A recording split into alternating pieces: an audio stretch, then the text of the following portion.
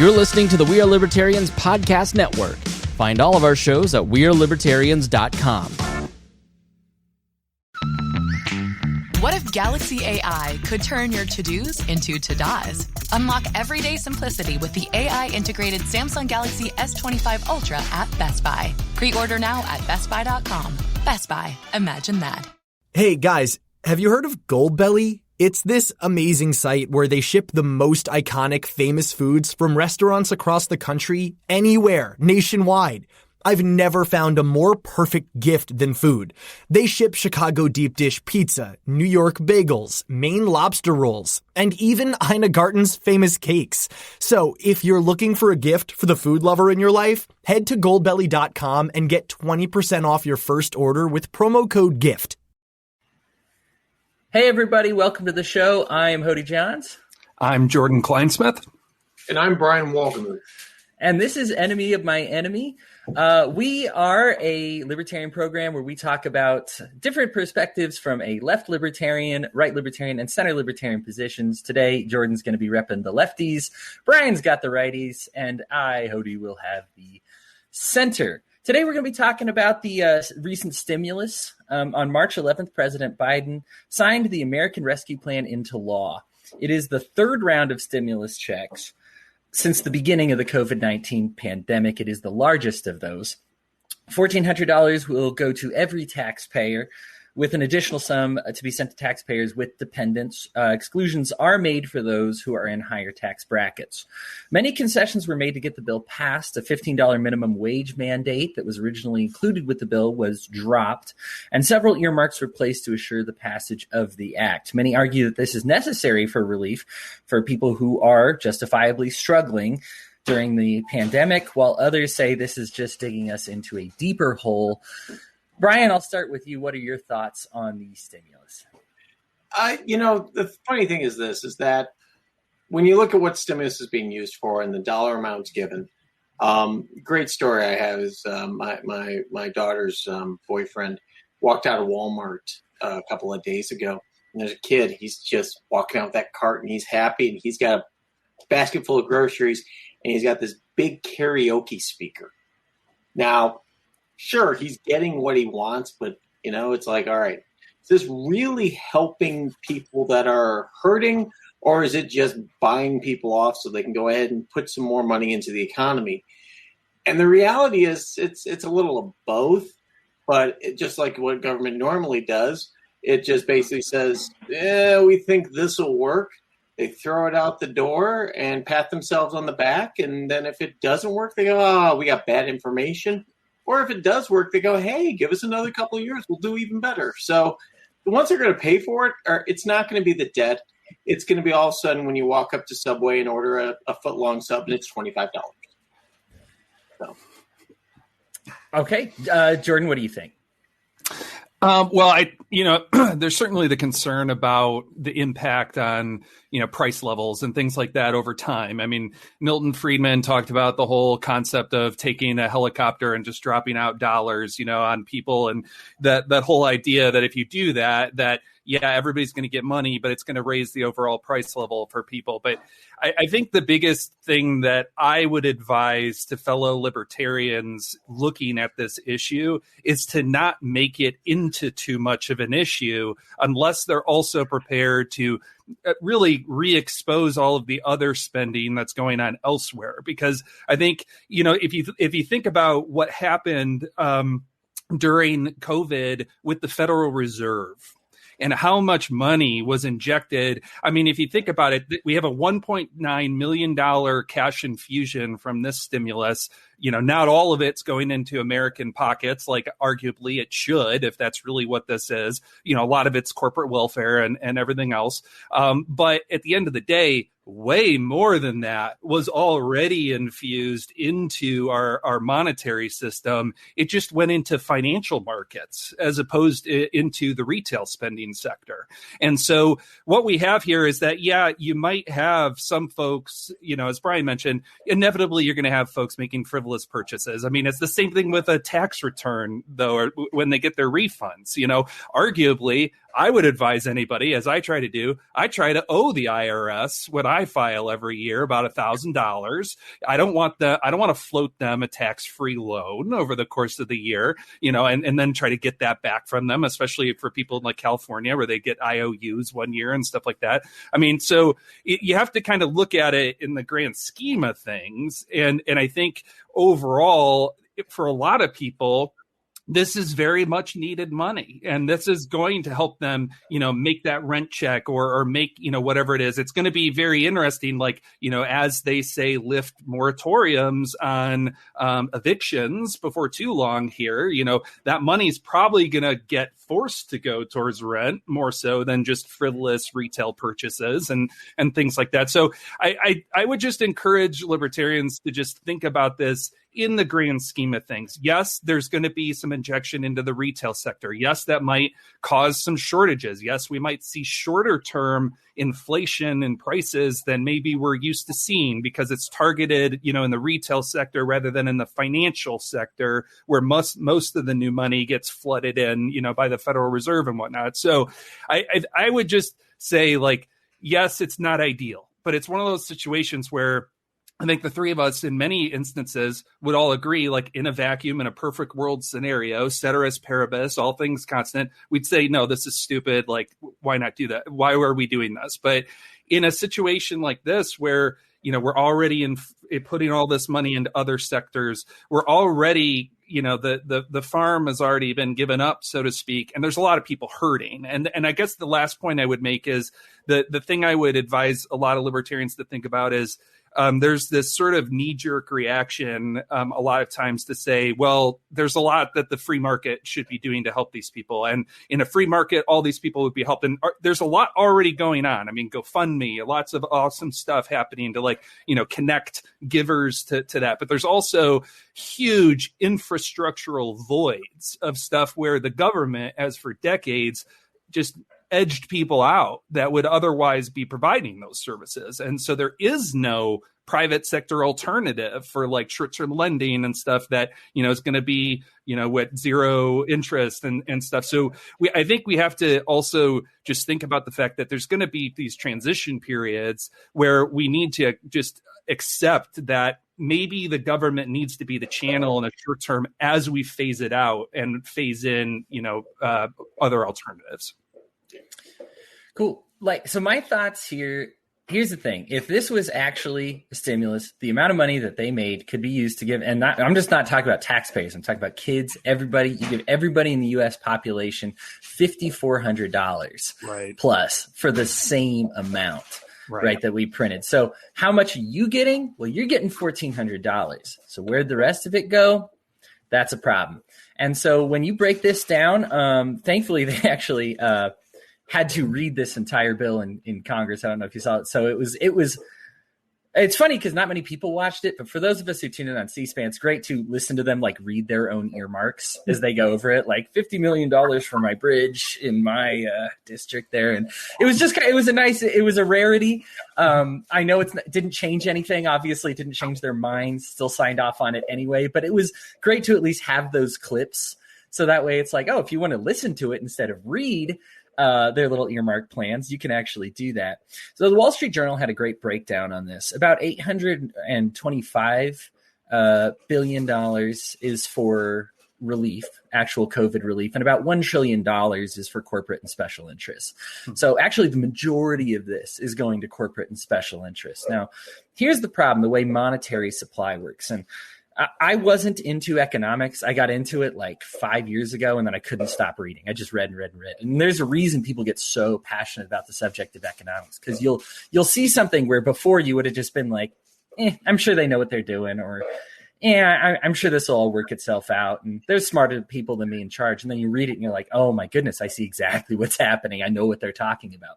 Monetary supply, the way it works is it affects price. Prices adjust based to the amount of currency in the system. So the problem when you give more money to some people and a little bit of money to you actually come out a net behind. And in the immediate interim, you'll feel like, hey, like Brian said, I'm going to go buy a speaker. I'm going to go buy a TV. This thing really helped me. But what happens is it's going to be outpaced by your rent prices, your mortgage prices, for those who are on adjustables, food prices. A lot of the common ones that shoot up real quick are food and staples, clothing. These are ones that shoot up faster than others. And so it actually turns out as a net negative so long as other people are receiving more money than you.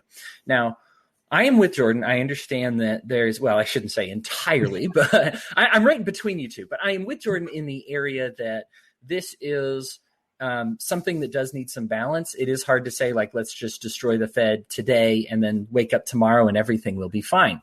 That's a rough process. We've actually seen in the world, when you look in like the last 100 years, when countries have gone under, it's because something has happened. Now, is that process pretty or is it very ugly? It is usually very ugly. Now, I am a huge believer in the free market, but there's a reason I associate with the Libertarian Party and get involved, and I vote and I get involved with politics, even though I am an anarchist, because I do believe that there is a de-escalation that is required for it not to just look completely ugly. Now, I'll take it if there's a collapse and do my best, but there is a cultural change that kind of needs to occur where we take care of other people. Problem is that culture is not going to happen with bills like this. In fact, it is more and more that trickle down, top down. I gave it to the corporate people, and hopefully some of that makes its way to the people down below. It rarely does. And so that's kind of the issue that I have with this whole thing. Bills like this, people are happy, understand people are hurting.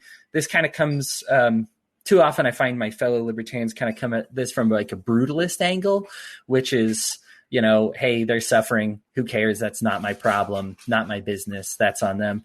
I'm more of a mutual aid guy where we kind of take care of each other when things are hurting. However, this is like the dumbest way to take care of other people. It's in a way that is going to hurt these exact same people in the long run. So I guess we'll just break it down in discussion. I mean, did anybody say anything that you took issue with? No. Realistically, the thing is this. When you look at how this money's being spent by people, and it's okay, they can spend on whatever they want. I honestly think that if you get $1,400 and you want to spend it on hookers and blow, that's your choice. Okay, live your life. Do I think maybe you should do more smart things? Like I've got a couple of kids that are taking their stimulus money, saving it for a house down payment, which is great. I think that's a great idea. But let's look at the economic, I'll call it economic literacy of some people. The people that aren't paying their rent are going out and they aren't saving that money for a new, most likely, okay, there are some that will. People that aren't paying rent are on eviction moratoriums. They're not saving that money. They're going to get booted out and they're going to be in big trouble. But what's it doing right now to the entire rental network? It can't find anything. Nobody can get booted out. Landlords are getting out of the business because they're going, I can't literally make any money because I have this guy living here that's not paying rent. So all of a sudden, the people that are looking are all of a sudden looking at rents that are going up 10% a month. Now, if that was happening on a national scale across the board, that type of inflation, we'd look like freaking Zimbabwe or Venezuela in a couple of years. So there's a lot of things going on that government's getting in between of the natural process. And the cool thing about it is that a lot more people are seeing it. And that's the great thing about being a libertarian. You can sit there and go, look, they're screwing this up. And you see this happening, and people that are diehard Democrats are going, yeah, that's a pretty awful thing going on. And he's like, what's going to happen when this all releases? Yeah. You're either going to stay up there or it's going to plummet, and there's going to be a huge drain on supply. What's going to happen after that? And I think doing post-mortem analyses like this is what we need to do to talk through, for instance, this is a perfect example of the law of unintended consequences. The intention going into this was, let's keep a lot of people from being thrown on the street. But the actual outcome is a lot of people can't find housing. because now they've created a shortage. So, you've created, it's, the government masquerading as or it's a disease masquerading as its own cure, where now it's saying now we need to come in and fix the problem. I think what's on us is to say things like, well, what if we had a mutual aid system in place before this went down? And let's say that people were part of a mutual aid society and then immediately had rent assistance through this mutual aid society. Well, then they would be paying their rent with the assistance of that mutual aid society. The government would have never swooped in and suspended any kind of evictions or anything like that. So I think the onus is on us to, even though it's a little bit Pollyanna and kind of, this perfect world that doesn't exist, but we have to kind of say like, well, this is how it could exist. Yes, it doesn't exist today. And yes, maybe we have to rely on the government, making these direct cash payments to people to kind of, get us by. But now we need to go back and look at this. Now is where we go back and we advertise, to your point, Hodey. This is how much of this actually went to corporations and special interests. And this is how much, is not actually going to benefit people. One interesting thing that we haven't brought up yet that is an impact of cash infusions and why we don't see the sort of hyperinflation that normally like if you just look at what's getting done by the Fed, for instance, and putting money into the financial markets, we don't see the kind of inflation perhaps in the retail sector because of the time value of money. And that's a very kind of interesting thing to look in all of this, is that oftentimes because that money gets infused in, like on the Fed side in financial markets, a lot of times it takes a long time for that to trickle down through the financial markets and intermediate markets, and then ultimately down to like the consumer good markets. And the interesting thing about this, though, and the advantage that gives to Wall Street is Wall Street, when they make their investments with that new money being infused to them, they get to make those investments at the present value of money before everybody realizes, hey, we've flooded in these new dollars, and now each dollar is worth that much less. So now the interesting thing here is now the average American, in some cases, is getting that present time value spend. Now, in some cases, it's in the retail sector, and PS5s are going out of stock and things like that. But I think it's just kind of an interesting phenomenon where it's kind of shifting the balance a little bit. But yeah, you brought up early, and I want to bring this up with housing because I don't want to be too down on the free market here and say, oh, we didn't do well enough. The problem is when somebody is taking like 50% the majority of the way money gets entered into the system is through a loan. So already right off the bat, we owe the Fed immediately as soon as the money enters the system. What happens to those debts? Well, these companies want to recoup their losses. So down and down the chain it goes. And ultimately we're the ones that people on the bottom end up having to pay back that loan to the Fed and the people on the top. Now, so the real issue here is these are artificially done. And so it's hard because I feel for mutual aid people. It was like, man, I could give so much more if there weren't all of these roadblocks. So it's hard when you have this state that is growing to get a mutual aid society, which would necessarily have to shrink the more that other side grows because they require more food. Whereas we want this food here. We should still try to give it as much as we can. It's worth that fight. The problem with artificial, you talk about shortage of housing. There's no shortage of housing, first of all. And I know that you know this. I'm going to explain this real quick here. What happens when you have an excess of a product? That excess product becomes free, right? That's how a free market works. That's just, if you observe people in nature, in economics, they call this like the Jacques Cousteau situation. When you have 3 houses and only 2 people on the island, the housing is then worth nothing. We have too many houses and not enough people to live in those houses. And so what we've done is we've created an artificial system to keep those expensive. When people talk about that housing bubble, that's exactly it. I had no idea what the bubble was until 8 years after the bubble burst. I was even working in mortgage at the time. I just didn't know about it. And then I realized what it was. And I'm like, okay, so that's what the bubble is. Keeping housing expensive, or at least at a certain price, which some people might say is cheap, some people might say is expensive, but it's what the Fed thinks is the ideal economy. What our politicians believe it should be the cost of housing, even though there's too much of it. Financial social engineering. Right. Well, hang on. Go ahead. Housing is a very local market. So Southern California, yes, there's a housing shortage because the government's come in and said, yeah, we have all these lovely areas that really nobody goes to, but because we want to preserve them, no one can build there. Or they changed the laws to basically say, look, we'll go ahead and let you build there, but your property taxes now are going to be like for the first 5 years, first 7 years will be a minimal amount. But 7 years from now, because of all the infrastructure we built, we're going to hit you with such a high property tax that no one's going to want to live there. No one's going to want to leave. And it's a perverse, inverse relationship. The more property value goes up, the more property tax you get, the more people have to make. And it cycles and it just goes through this over and over. Now, you look at areas that didn't have these huge gains. It didn't have a 50% gain in value over the last 7 years, which is absolutely ridiculous. That shouldn't happen, like here in flyover country. We've had modest gains of like 10% over that time frame. But guess what? That's now not happening. My house has gone up in value in 10% since summer. And mine too. Yeah. It's great for me. I'm sitting here looking at it going, hey, I got an extra 20, 30 grand in equity. But there's no value in reality. Yeah, it's artificial. It's artificial. Right. But then what does it do? All of us sit here and just kind of go, oh, look at that. I'm a smart investor. I just have to be here. But again, what does that do? They get more property taxes because the state of Indiana reassesses on a regular basis. So all of a sudden, my property taxes are going to go up. They're going to get more money and just kind of perversely, incent them to keep raising market value.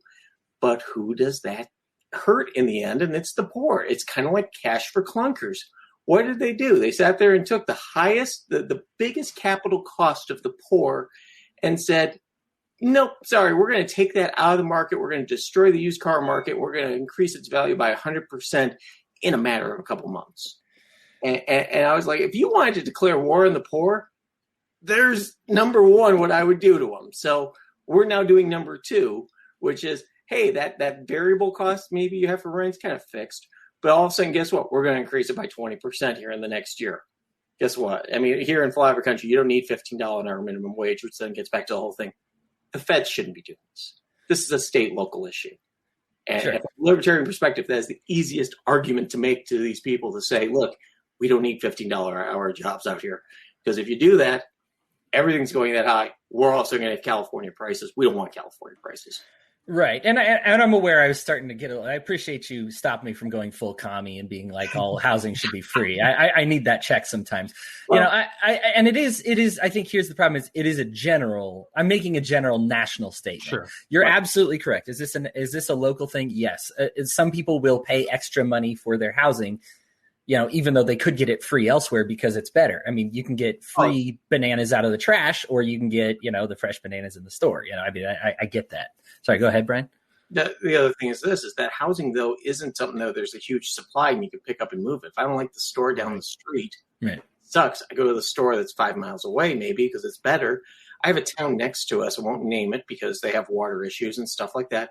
And the town is dying. It's a town of 4,000 people, but it's dying because they can't take care of the infrastructure. There isn't enough tax base there. And you just watch all of our home prices have increased except for this town. This town has gone down, down, down. And who's living there? People you can afford that. So let's think about that from an economic perspective. And I'm not trying to be a generalist here and saying poor people are awful, but they may make choices that, don't exactly, hey, I don't know if I want to live in this town because, it attracts a lot of meth, people or stuff like that. Unfortunately, that's what happens. Meth people. You can tell Brian's the righty of the group, right? No, reality. And, it's like low-income housing. I don't have a problem with low-income housing. I really don't. I just hate when the government walks in and says, guess what? We're going to drop it right here. And you're like, this really doesn't fix anything. You just took these people's property values and nuked them. They're going to leave, and they're going to take their money elsewhere, wherever they can get. And you're going to create all sorts of panic. So I'll shut up at this point, but well, the one point One point I'll just make to that is a lot of times the low-income housing kind of comes in because of the NIMBY crowd, the not in my backyard, using the existing zoning infrastructure to like so clamp down that then they come in and say, okay, fine, we're putting in low-income housing here or something. So, again, it's I think we have to be careful to look back at, where were the incursions by government that caused, that seed of the problem and caused that unintended consequence. I think your Cash for Clunkers example is a phenomenal one of, the law of unintended consequences. And this is where I think we're in an ideal time now where we can, kind of collectively, kind of in a crowdsourced fashion, start tracking those unintended consequences. Like theoretically, what are these price increases that we're seeing? I think honestly, I think a lot of economists would probably agree that the consumer price index is heavily skewed and it's not, an appropriate basket of goods. It doesn't even consider housing as, a component. And I mean, it's insane. And so, we need to be looking at things like intermediate good prices and things like housing. And I think now is the time where maybe collectively, can we start tracking some of these things in more crowdsourced fashion, like as it's playing out, so that we have some real data that we can point to and go back and say, hey, guys, we said this would happen. Sure enough, it's happening. Like, look at this play out in real time. Right. I agree. Yeah, I mean, so to bring this back to I guess we have been tangentially talking about the stimulus a lot, but these are the problems like what Jordan's saying. This is when you expand, when you do things like this, these are things to look out for in the long run. I think it's great we're talking about it now, even though it's already happened. Because, well, I guess for some people, they're still receiving their checks.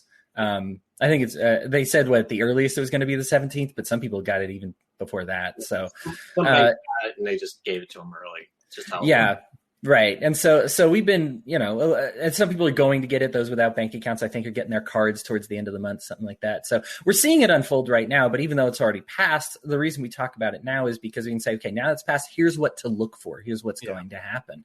And I look at a lot of these earmarks and my biggest issue here is so we know $1 trillion is for, kind of the corporate and special interests. So when we look at those corporate and special interests, I know I'm putting up the sickle and hammer here, but about like 70% of them, it is for like the biggest corporation in that line of work. So like, when you're looking at like what they'll do is they bury it. Great one example I had here. I'm looking up a lot of these right now is, there's, here you go. $3 billion for Amtrak. National Railroad passenger cards. And, we as libertarians love to argue against, public transportation anyhow. But if you're going to do it, right, let's say if the government must exist, it should function correctly and well, hey, spread it out amongst everybody. Instead, what they do is they give it to the big dog who's already the big dog and everybody else who's trying to keep up. What do you think that does to them when the big dog gets so much more money? This has been the problem in agriculture for years. And agriculture, again, peeks into this bill. Farmers are hurting. And so they'll be like, what, you want to take this away from hurting farmers? When you see that 90% of the bill is given to people who own farms with the last name of Turner and Rockefeller, okay, maybe it's not about your average Joe farmer. It's about the big farm mills. It's about the big guys, and it's not your average Joe farmer. And that's why I would say you might not want to paint that with the hammer and the sickle. I'd paint it with the fasces, for fascism, because ultimately, if you look at, say what the definition of fascism is. So like the definition of socialism is the public ownership of the means of production or, government ownership of the means of production. Maybe that's probably more analogous to your Amtrak scenario. I actually meant to say that I was being the communist. Right. No, I know. I get that. Okay. Sorry, go ahead. No accusation taken there. Sure. This was more so, but I'm saying like, let's call it what it is. It's not like the Amtrak might be more so socialism, but the giving to those farms where those are private interests that still retain full ownership rights over those means of production of those farms. Those aren't government entities. Those are private owners. That's fascism. That's corporatism, I would argue. Corporatism, I probably agree with, but fascism light is what I call corporatism. Corporatism or even monopolistic competition, because when you have, let's say, and I was just doing this with my kid on his econ, where you have a number of companies, they all do the same thing. There's really not much of a difference, but look, there's competition. It's a monopolistic competition environment where basically the big guys get all this, and then if you're Fred Gas Station or Fred Farmer, got news for you, you're going to get bought out by Exxon or ADM or Bill Gates or anybody else who is looking at that and going, yeah, I can just file it under my tax, under my corporation, and I'll get an extra $250,000 from the government every year for just owning that piece of land. Yeah. Jordan, I'm glad you used the term fascism, because it is what it is. It actually, people don't talk about fascism in terms of economics enough right now. We refer to, when we talk about being anti-fascist, most of the time we think like, oh, what? So like you hate racism and and all those things. And it's like, okay, but fascism is the other. Was a fascist economically. Right.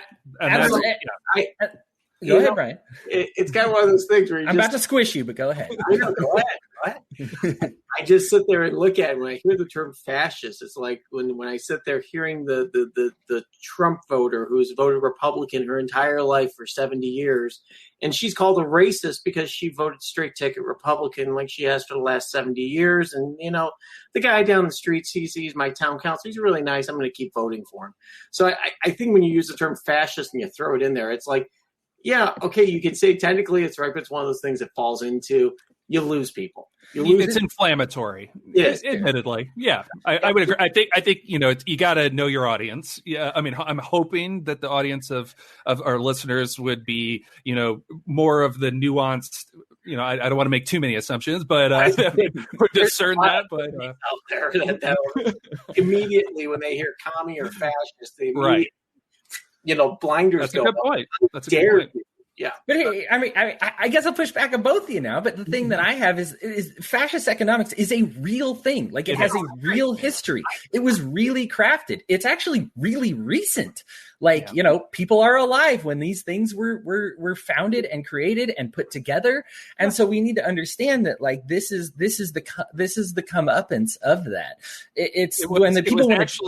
I think it's also worth noting it was the product of two of the most, and this is me speaking as a history major, and I rarely get to use this stuff, but Good, I love it. Of the two most recently in modern history formed modern states. It's when Germany and Italy became true states that, because before that they were, distributed duchies and little, and it in their formation created the soil in which fascism could spring up with enthusiasm. So I think, it's an inherent sort of creation of the state. Yep. It's something. So Keynes has this idea. Germany's the first one to adopt it. Italy follows suit. Every other country in the world, just so you know, has ended up adopting the exact same national income identity equation. Because while what Germany and Italy did were evil socially, man, we're sure impressed with their economics and how they got back on their feet. Literally kind every of like other country. Eugenics. Yeah. And so it's one of those things where we got to say, like, don't be too inflamed by the word fascism, because every country is literally doing it, but you have to know it's also literally fascism. This is the history of it. So, and the reason we talk about what fascist economics are, I do want to get into the specific what this is this is not saying, oh, this is government owned. This is saying this is government guided. And this is what Keynes suggested. This is what the Germans embraced. And this is what, well, I shouldn't say Germans. This is what the Nazis embraced. And I would say also that there were other countries that were doing this as well. The British, the Royal Crown. Oh, for sure. A lot of business. Sure. The French Crown directed a lot of business. The Spanish, you had Franco who directed a lot of it. So corporate big business and political power have always played well with each other. I would say it's Sure. kind of a natural evolution of mercantilism in a Yeah. way in some of those other countries you referenced. Yeah. The reason I bring those up as the progenitors is because they are the first ones to actually adjust to their economic equation based on this broken window situation. They're, saying let's incentivize war, let's incentivize planes that go straight to the boneyard, or jets and bombs. And, the reason we're able to blow up the world 7 times over with nukes or whatever it is because we have an incentive to make the bomb because we've adjusted the equation. And so they were the first ones to actually be like, hey, I know we're kind of doing it anyway with the mercantilism, but let's make it official. Let's adjust our income identity equation and make it so that this is an official thing that we can do and it works. And so that kind of married that corporatism and, and so what it is the reason we bring this up as fascism, and Jordan was correct to do so, is because what they are doing is they guide it. They don't need to say like, hey, you out of business, you private guy out of business, you big corporate guy, you're in business, you're the one we do business with. They just give more money to the one guy, a little bit to the other guy, so maybe he'll shut up. That little guy will necessarily go away. And then you're only doing business with the big guy. And then you get to turn around and be like, this is what the market wanted. This is the free market, everybody. This is what it looks like, and this is how it happened. And it is a very bad thing. And there's a reason that libertarians tend to be so into economics like this, because this is what we're looking at. This is fascism. And so I want to encourage anybody out there, because I've proclaimed even my center libertarian self, I hate fascism. And fascism is I know it might perturb some people, but here's the thing. It's a great umbrella for everything I hate, both economically and socially. And so a lot falls into it. It might be over labeling. I see you shaking your head, Brian. I get it. I don't want to turn people off, but I just want the historians to know that, or anybody listening, I guess, to know that, this is why the term comes up. It's not supposed to be just a derogatory, everything I hate is fascism, everything I hate is capitalism, or everything I hate is socialism. That happens a lot. But there's a reason you'll see a lot of everything I hate is fascism, because a lot of what you hate is probably fascist. Go ahead, Brian. Okay.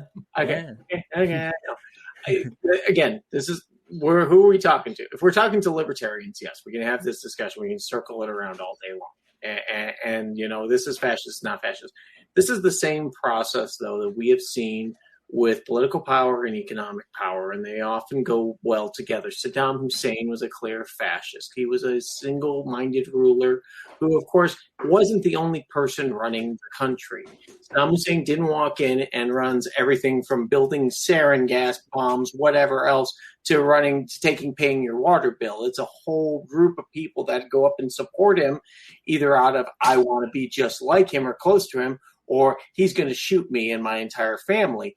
And that's the key difference there, I think, when you get into a fascist type of environment. You can look at Putin. Putin is the poster child for fascism and corrupt government. But he's also the guy who, as you said, Hodey, well, this guy gets a little less, this guy gets a little bit more. That's not what happens. Putin, when you tick him off, say something wrong or something like that, guess what happens? You suddenly get investigated for tax evasion. Uh-oh. Was that the stop, Brian? Oh, no, that's just when you say something bad about Putin, you disappear. Yeah. Am I being silenced now? Yeah. Get the poison underwear. Yeah. At the very least. Yeah. I remember do you guys remember when Putin he was with Trump, and somebody there was a reporter asked him and was like, well, what about all your political opponents who have kind of disappeared? And his response to me chilled me to the bone. I don't feel like it got enough media coverage, but I remember he was like, you guys disappear people all the time. Look at what you did with Martin Luther King Jr. I don't really care about that. So instead of saying no, I don't kill my political opponents, they have accidents, he's like, you do it too. I don't care. I'm in America right now. You guys know what that's like. I was like, let's take this in perspective here. Okay. Private citizen Donald Trump says that now. Now, when he was president, different story. Private citizen Donald Trump says this now. Private citizen Bill Gates, private citizen Warren Buffett. Any of them say that in this country, there's no power to it. If anything, people are going to go, dude, you okay? Do we need to take you into the stroke clinic or something? But that's the difference there. Putin and his colleagues have that political power. They have the ability to trump up charges. And Trump loves that. Of fighting for tax evasion. I mean, how many people have gone into jail and gulags and stuff that were Putin's buddies until he somebody ticked him off, and all of a sudden you're off to the gulag. It's right. It's the same shit. Excuse my language. Now we got the explicit label. Thanks, man. Go ahead, Jordan. Well, I would just say, like, Putin kind of has a point. For instance, and what I mean by that is, so let's talk about weaponization of government. Let's talk about weaponization of the IRS historically. Let's talk about how FDR weaponized the IRS against the most prominent black spokesperson essentially in the country at the time, Joe Louis. Who was a very outspoken Republican supporter at the time. And FDR essentially saw an opportunity to sick the IRS on him. And he basically ended up draining Joe Louis. He hadn't been on top of his filings, apparently, and like he paid a lot of penalties and interest. He ended up basically later in his life, towards near death, eventually he did die from it, but from his long-term brain injuries from having been a fighter, he died as a greeter at a Las Vegas casino so the IRS could garnish his wages. Yep. And so he could pay back that debt. And there's a much bigger history of functions like the IRS being weaponized against individuals than I think we tend to acknowledge. Now, does it go as far as killing and disappearing a person? Potentially not, but is it that much worse if it completely depletes a guy's ability to, work and live? It's not that far off. So, as bad as and as shocking as that might have been, I think it's an important point of, or to encourage some introspection on part of us as Americans on just how much these different government institutions get weaponized today and why it's so dangerous that they exist in the first place for that reason. Because no matter who is in the controls, they constantly have this entire arsenal of government agencies that they can weaponize against anybody that they want to. This is going to be the worst podcast for Hodey because we're agreeing on so much stuff. The thing is, it always happens. Like, I think the thing is, there is a lot to agree with here, and we might have like difference in. I find with right and left libertarians, it's a difference of like priority on these things. So, yeah. Like, I think when we talk about something like stimulus, that's when the righties tend to come out of the woodwork, right? They're like, this is terrible, this is spending, this is whatever. And then when Trump says the China virus, that's when all the lefties are like, this is going to get people killed, this, that, and the other, and everything like that. Anyway, guys, like where we agreed on a lot of stuff, but that was a great, I guess, breakdown of the stimulus. I hope you learned something. If you're tuning in, if you had something to add, please comment. Please share it around.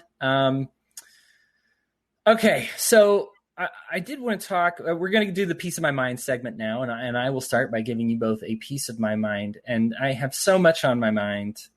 Originally, I wanted to talk about the We're Libertarians Facebook group got zucked. We got the squish, and we are the most moderate. We're the one place you can have this podcast.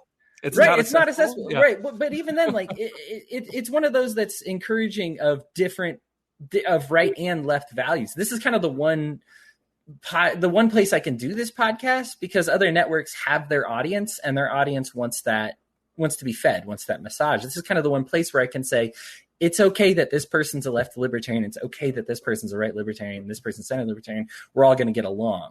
Whereas most of them are right libertarians, left libertarians, and they just feed that. And so We're Libertarians is like the one place where you can come together and be like, I want to be challenged on my ideas. Chris actively seeks diversity. We look for libertarian socialists. We look for anarcho-capitalists. We look for these people with these differing values. I remember we had we published the border control thing. We sought out people we didn't have enough people who favored border control that were libertarians. So we sought them out so that they could get published because we thought all perspectives were important on this issue. And it's one of those, it's like we seek that diversity. We are very mellow. We're very, we encourage respectful debate. And the fact that we got squished is kind of a step in the wrong direction. for these social media companies. I do believe it will be the undoing of places like YouTube and Facebook, because people will go somewhere else. And that includes things like We're Libertarians, because ultimately there's a huge audience for this type of debate. That's why they squish it. This is why, because, we get a little popular and it's like, well, I don't want this respectful discourse. People are incentivized for outrage. We want this anger. I'm going to go ahead and give a second piece of my mind too. Just keep us in your thoughts and prayers, please. We're Libertarians. We're going through a rough time, but we are doing better. You might notice I have two new co-hosts with me this week. It's a lesson that right and left libertarians sometimes can't get along. Aaron and Chris kind of had a little bit of a blow up, a little bit of a fight, and they're working that out right now. And so we should see Aaron back soon. Maybe Galt, but like they gotta patch things up real quick here. These are tough conversations to have, and we need a place to have them. Otherwise they kind of fester and they become, they become divisive. What I will end up doing, I know I'm cheating and I'm giving two pieces of my mind, but I do want to talk about this. Last week I talked about Coke and their racism. And I boldly said that this is a racist statement against white people. And it was, and I don't feel bad about that. But here's the other side of the coin. If you hear somebody talking about Coke, and haven't once mentioned Trump talk about the China virus, here's the problem here. I don't know if anybody got killed because Coke told people to be less white and they were racist again. And they went on to say like, no, by be less white, I mean, be less of a jerk. And it's like, well, that's extra racist. You're doubling down on your racism now. Okay. I don't know that anybody got killed. It probably made people feel bad. I know it makes me feel bad, as it should. I think if you're a white person, you're actually paying attention and you're engaging the way you should with these diversity training courses, that should make you feel bad, right? If you're taking these to heart. Here's the problem. That might be more an egregious offense of racism than Donald Trump constantly calling it the China virus, constantly insisting like, no, it came from China, and passing the blame around to these Chinese people, right, that did it. But here's the issue, and here's why you have to call out both. The Coke one might be a more egregious offense, but people are getting killed because of the other one. And it was announced at the time. And here's the thing. This people said people are going to get killed and violence is going to be done towards them. I'll admit that I was one of those who didn't believe that at the time. I was like, people, come on. I mean, I didn't like it. You can remember when his notes, he actually crossed out where it said like COVID-19 coronavirus, and he wrote in China virus because that's what he wanted to say, right? Like he wanted to be a jerk, right? And to me, I was just like, this is him being a jerk, but I don't think look, I was wrong, okay? People are getting killed over it. Violence against Asian Americans is up, I think 150%. Hate crimes went from like 2,000 to like 3,800 on Asian Americans. Okay, it happened. Now, what do? We have to condemn that racism as well. Okay, you got to do it. I'm just telling you, like, if you want to be a consistently anti-racist person, which I encourage you all to be, you've got to call both these out. Otherwise, you just have this obvious skew, and I think for me, this is me saying it. I made a post about it. We always get more backlash. I don't even like talking about racial stuff. So I know 2 weeks in a row here I am, piece of my mind, talking about racial stuff. I don't like it. I don't enjoy talking about it because I want us to be unified. I look forward to a day when I will just be like this person, and race is just goes away as a social construct entirely, because that's all it is this artificial social construct, and we can just talk as people. But the problem is we're not there right now, and we don't solve a cancer by ignoring cancer. We have to address the cancer. We have to kill the cancer. When that cancer is gone, we can stop talking about the cancer. So when this violence is done to these Asian Americans, I have to say this: it's not enough for us to just not be racist to Asian Americans. We can say like, well, that's not my fault. Okay, but that's not keeping them alive. Especially on the Weird Libertarians Network, we are so big on this on personal responsibility and accountability to yourself and to the people around you, right? And so if people around you are being hurt, if we see that hurt and we see this escalation in violence, we have to say something. You can argue that it's not as big an issue as the Fed, or that, this war with Syria is going to end up being a bigger deal. Okay, I don't like comparing problems, because if you're a dead person who's been killed because of a hate crime, that's your biggest issue, is being murdered. Okay, so I get it. If there's a 1% tax increase, you're going to be mad about it. If there's a 1% increase in hate crimes, you should be mad about it, right? This is like 150% increase in hate crimes. You should be super mad about it. And so it's just, I know I'm kind of rambling here, but I just got to say it because I think you will do so much credibility with yourself in your political discourse if you can call out both of these kinds of racism boldly and unafraid, because it is important. People's lives are hinging upon it. And it does establish with your friends to be like, you know what, I considered that guy like some right-leaning guy when he went off on coke, but now here he is standing with Asian Americans. You just bolster your credibility, and vice versa. Somebody's going to think you're a left-wing nut job when you're just, he's probably just some lefty. He gets all angry when Asians, but he thinks white people to blame for everything. Because that's the backlash I got when I stood with when I said my support for the Asian Americans. And they were like, oh, it's all white people's fault. And it's like, yeah, I'm not saying that. I'm just, people want to compartmentalize you. And the only way to be out of that compartment, we can't control other people's perspectives, but we can certainly just persuade them one way or the other. And for me, this is the way we do that, is to get out of that compartment is by taking what's good from both sides and being like, look, I stand against racism when it's against white people, black people, Asian people. Doesn't matter. I'm against racism all the time. And if I see it, I'm going to call it out. And that's how anti-racism works. Your guys' thoughts on that? All right, Jordan.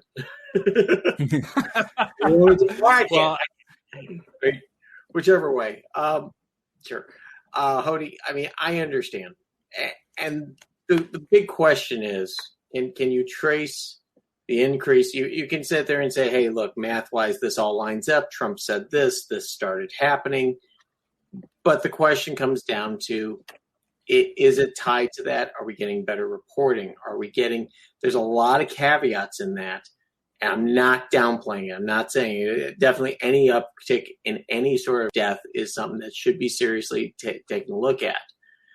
But we know the government and we know that the media loves to stir things up, and not saying this is something that is not real and not stirring up. But look what Cuomo did.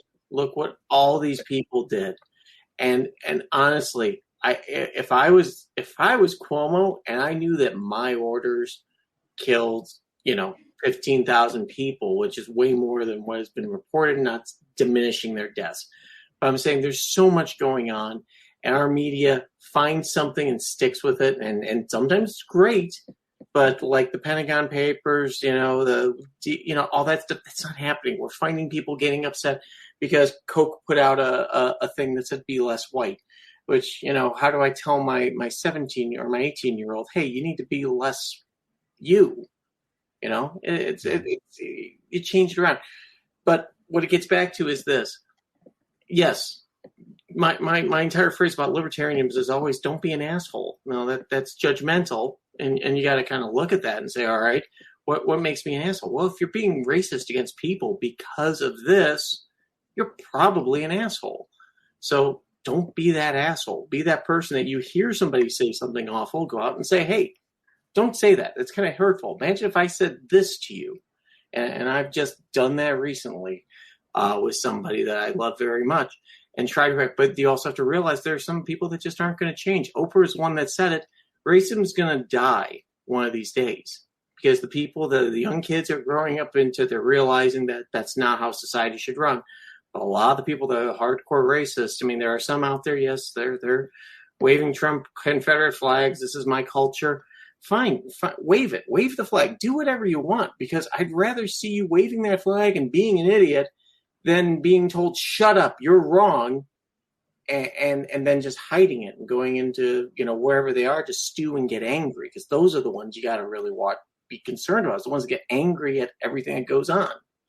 And I kind of went off on a tangent there. I apologize, Cody, but it's just in the end, it's like, there's definitely racism in this country. There's racism all around the world. The United States does not have the monopoly on racism. You go to China, you go to India. It's 100 times. France.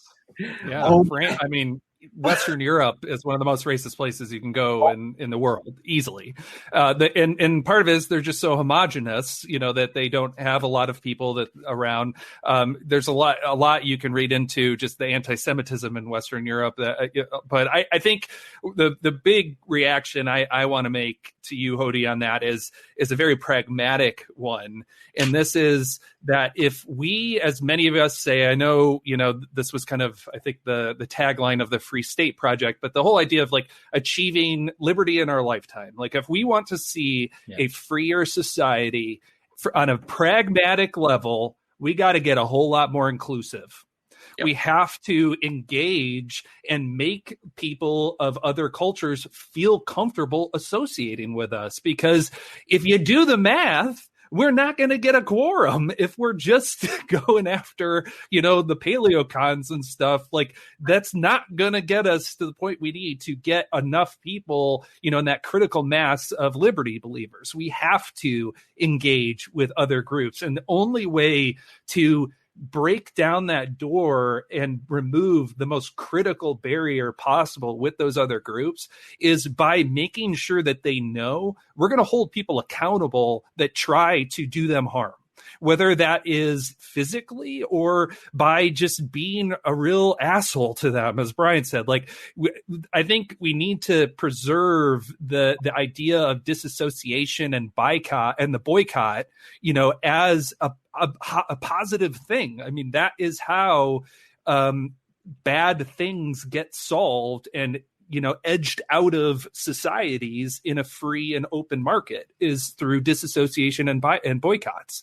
And so I just think that to your point, like, we need to be, if we can't control what the likes of Trump and everybody else do, but we as libertarians can control what we say. And I think it is important that we make explicit comments that say that person is an asshole and shouldn't say those things. And as such, they might say other things that are kind of good, but I don't really want to associate with them because they're doing more alienation than recruitment at this point.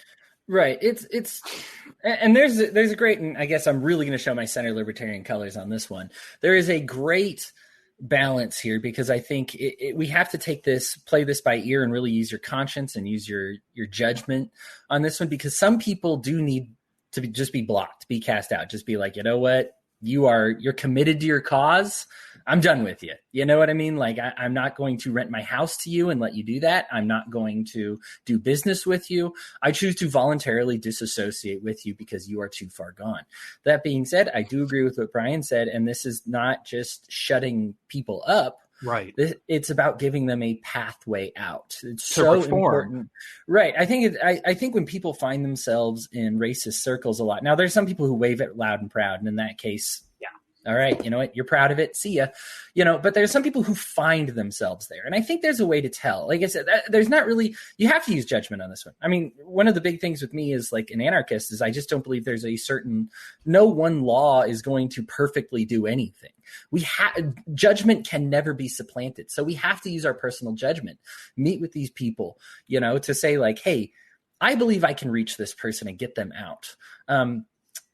AOC, I'll give her some props, and unfortunately she's gone back on this, but like 2 years ago she said, like, when we meet somebody who's found themselves in racist circles, be like, let me give you a new circle to be a part of. And this is tough, because I think there's the two parts of the paleocon strategy. And on one hand, the idea for some people behind the paleocon strategy was to take over the Libertarian Party and make them conservatives, right? Make them, and this is, and that was kind of like the Lou Rockwell, like, just be like, hey, look, it all started when the Republicans offered amnesty, right? And they're like, all right, well, the Democrats are okay with letting people in, the Republicans are okay with letting people in. Maybe we can get the Libertarians to stop. Now, some libertarians were like, yeah, let's pretend, and then bait and switch them, right? And then they get in here, and then it's like, oh, to accept these libertarian values, open borders is a huge part of that. Read anything by Mises or Hayek, and you'll realize that is a huge part of, like, free markets is free movement, and they're going to end up having to do that. On the other hand, there are There are bad actors who say, let's get these bad people in with their bad views. And instead of challenging them on their bad views, let's encourage them on their bad views. No. Let's work on them. We still want to work on them. I'm not saying, I think there tends to be these visceral reactions when somebody says something that's not libertarian in a libertarian circle, to either crucify them and kick them out, or to embrace them and everything that they said is good, as opposed to just like, hey man, I really just want to give you a check on this one. Right. There's a reason there's a reason this is our platform. There's a reason libertarians tend to think this. Can we talk about it for a minute? I think more people than you think are actually amenable to this kind of wisdom. I think if you think more people are not, you spend too much time on social media, because that is when people are at their most, you're behind that. You've got that anonymity. You've got that no confrontation, even if you it's performative. You have this performative excommunication. Of this person that they were no longer welcome here, and I think that's the thing that we have to what we have to watch against is, are you looking to redeem and keep that person who could be a great apostate for the cause, over time? If so, reach out to that person one-on-one. Don't post this big performative call out. But the question is, are they too far gone? And this is where we need to kind of develop a litmus test or something for the paleocons of saying okay, are they hard and fast? Do they have these baked in views that are immutable, that are going to be poisonous to the cause long term? Or is their passion elsewhere? And is that more of a fringe thing that they picked up as part of the greater paleocon movement that we can move them on? And I think we need to kind of do a bit more of a triage, of these people, and figuring out are they redeemable? Because obviously we want them if they are. It's just we aren't very good at walking them through, that transition of getting them in. But and so I don't know if this might be a good segue into my piece of my mind. And I don't know, Hodey, this is kind of doubling down on the whole racism topic here. But I wanted to talk a little bit about Steven Crowder's recent outburst on his show, which I think was a complete removal of the mask when it comes to this whole sort of veneer that these guys put out there about saying, oh, I'm just asking questions. Obviously John Oliver had a great takedown of Tucker Carlson on this, if anybody wants to look that up. But I think what it ultimately comes down to is these guys like Crowder keep hiding behind this argument that I'm just asking questions. You don't know I'm a racist. I'm not a racist. I didn't say I was racist. And what it dawned on me was they are demanding the criminal court standard of judgment for themselves, meaning beyond a shadow of a doubt, you need to be able to show the smoking gun that shows I stabbed a black person and threw them, you need to, it's this unbelievable standard that they're holding themselves to. Now, the irony is whenever they talk about anything else, they're holding themselves to the civil court standard of the preponderance of evidence. What does it seem like is going on here? What does it look like these people are doing? And so just to talk a little bit about what he said, which is really horrific. And if anybody wants to go look at it, just search for Crowder Black Farmers, because basically the issue at hand was the USDA has been essentially discriminating against black farmers, and black farmers had come out and said, we are seeing the systemic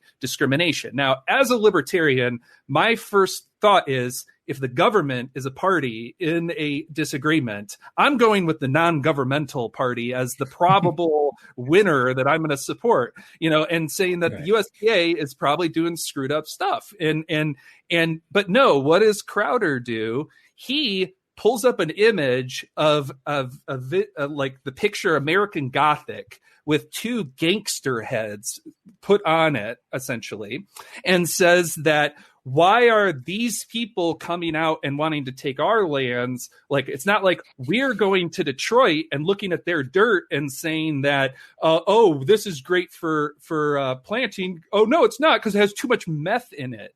So, like, he instantly jumps to this, like, inner city black people are evil, rural white people are good. Like, I mean, it's like no pretense, no, like just instantly gets down to like, and you have these other old white guys chiming in like, yeah, and whenever you go downtown and in the meth areas, there's just teeth everywhere too. Don't forget about the teeth. I'm just like in shock watching this. And what I really want to get to though is like, yeah, Crowder after this might say, I was just making a joke. I was just saying this. But what does the preponderance of evidence say about Steven Crowder? What does the preponderance of evidence say about Tucker Carlson and about who he brings on his show and decides to platform and who Steven Crowder decides to platform? I mean, I think we need to switch the standard of guilt essentially that we use for these folks and not allow them to force us into this criminal standard. The preponderance of evidence is that these guys are white supremacists and they are spouting white supremacy from their platforms. And I think it's time to boycott them. And I think what that means is even going as far as like not using that Crowder meme anymore. Like, let's keep his likeness out of the ether as much as possible. Like, and I think it's on us to come out and say, yeah, that guy's a white supremacist. Yeah, at times he has said, I'm a libertarian or I support libertarian causes, or same thing with Tucker Carlson. But they are not representative of who we are, and I think we need to be able to take clear stances on some of these people who say, I will not reform. I will double down on what I said, and I will say, no, people of color have no place in the liberty movement. I mean, we need to be willing to completely cut those people loose. Now, it's different, go back to your earlier point, Hodey. If we're talking about somebody who's new to the liberty movement, who's a baby libertarian, maybe even somebody who's like a more intermediate person, but who hasn't evidenced years worth of a willingness to double down on their beliefs. And, even if they're just kind of skirting on the edges of saying racist stuff, like there's still, again, that preponderance of evidence over a long-term period. And so I think, although I absolutely am with you when I say, if you see somebody exhibiting those kinds of behaviors, I saw somebody post something that was very transphobic that was from high school. They pulled down the post. I reached out to him personally though, and I was like, hey, like, the person you posted this about, it was about a celebrity, like, is never going to see this, but somebody you love, might. Yeah. And this is going to be a clear signal to that person that you're not a safe person to go to if they're ever facing some sort of, identity crisis or something like that. Like, so you have to think about it pragmatically as well. And just think about, can I get this person in? Can I talk them through this issue? Can I help them see how this one piece of their portfolio of thoughts is poisonous to their overall thoughts and the overall liberty movement? Or do I just need to clearly disassociate with them? And I would say at this point, when it comes to people like Crowder, when it comes to people like Tucker Carlson, we have to clearly cut the cord with those people. Okay. Okay. Interesting point here. I was thinking about all this throughout the entire process. So are people redeemable? First question. Do we see people as redeemable or not redeemable? If they have views that we see as irredeemable, are those people still redeemable in some way? Because I've known people that have been insanely racist. I've seen people change over the years. I have personally changed myself, not on racism, but on gay marriage. I can go back to my thoughts on gay marriage when it first started. But this is where I kind of want to get the discussion on this. Think about the gay marriage debate. Think about all the laws that were passed. 10 years ago, you had Hillary Clinton and Barack Obama saying marriage is between a man and a woman. Look what has changed in the last decade on that. And there were people that were upset, and there were people that really got upset about that. But you didn't hear people screaming about everybody that doesn't like gay marriage is a homophobe. Okay, I have lots of gay friends. But the thing was this: I always sat there and looked at it, and I went, there's a couple of things that it opens doors for. And a friend of mine said, so what? And I'm like, you know what? You're right. So what? Now, if he would have came to me because I said, yeah, I'm not really for gay marriage back in 2008, he would, does that mean you shut me out? Does that mean, what am I going to do with my thoughts if we go, nope, we want nothing to do with you. We're pulling the plug, go away because you're a bad person. So all of a sudden that shuts down that conversation. So this gets me to my next point here on when it comes to racism. And one person comes to mind. Who has changed the most racist people in the United States had them walk away from their horribly racist ideals. And the one guy that keeps coming to mind is Daryl Davis, the musician. What has he done? Has he gone up and said, nope, I'm not playing with you, I'm disconnecting? He's gone to people that would literally shoot him on sight and say, I just want to talk. And yes, there are people that he's tried talking to and just hasn't worked, okay? And there are people that are going to be set into their ways. But they've been set in their ways for 20 years, 30 years. This is how my mom and dad taught me. This is how my grandparents talk. This is how, I have relatives that still say things that weren't racist 50 years ago, 60 years ago. They still say things. And I go, you gotta, you can't really say that in public anymore. But they're old. They're not going to change 60 years of behavior. And that's where this kind of whole thing goes to. If you're disconnecting, you've got to make sure that person and that thought is completely irredeemable, that there's no chance of change. And I look at Daryl Davis, who's going to Ku Klux Klan members, hardcore, not your idiot with a Confederate flag, guy who goes, you know what? You're not people and blah, blah, blah, all this other stuff. And he's changed their minds. He's turned them around. A black man who's a musician has gone in and collected, I don't know how many KKK ropes. Mm-hmm. He probably walks around. And you look at the people who get angry with him. Sure, the white supremacists are like, wait a minute, you're taking people away from us. But who else is mad at him? The people that are going, we can't have a conversation with these people. And the minute that you break that conversation, there's zero chance of redeeming them, period. So if you're going to pull that cord, you've got to be really damn sure that person is never going to be redeemable. And I look at Crowder and I look at Tucker Carlson. I don't see them as, and this is going to be great, as people. Because what are they doing? They're entertainers. Yeah. They're entertaining. They're personas. Yeah. They're personas. You look at what's his name, Stephen, the late night guys, on CBS. Colbert, thank you. Look at Colbert. You look at his shtick that he did as a hardcore right wing, and then people are like, wait a minute, he's a hardcore lefty. It was an entertainer. These people are all entertainers, and they're pandering to an audience that is being increasingly told, boop, unplug, boop, drop the cords. These people are irredeemable. These people are irredeemable. And if anyone's voted for Trump, they're a racist. If you voted for Obama, you don't believe in the power of law, and you voted for somebody that is terrible and all this other stuff. You think about it, and where we're sitting here, they're saying we have to talk to the normies. I know hardcore leftists and righties. I know them really well. I know people that vote blue no matter who. It's amazing how we meet in the middle on 80% of everything. Yeah. Hey, why do you want a national minimum wage? Well, we just need $15 everywhere. We don't need it here, and you're going to impact poor people the worst. Yeah. You want to do it in California? Go ahead and do it in California, but you're not going to. If you do it here, you're going to hurt people. And they go, well, I don't know what life is like out there. Let's have a conversation. Instead of me saying, you have no clue what you're doing economically, I'm disconnecting the cord. It's a conversation, and that's what this keeps getting back to. We look at the ways that same-sex marriage changed, not only in this country, but worldwide. I mean, Argentina, one of the most Catholic countries in the world, has legalized same-sex marriage. I mean, the Pope is still why people still, are all because, gay marriage is a sin. But the reality is that changed because there was conversation. This is a problem, and we know that you don't like this. But we're going to tell you why we want to do this, and that wins more people. You aren't disconnecting. You're building more connections. I hate the idea of disconnecting. There's always going to be that one asshole. Yes, we all know that one asshole that is never going to change.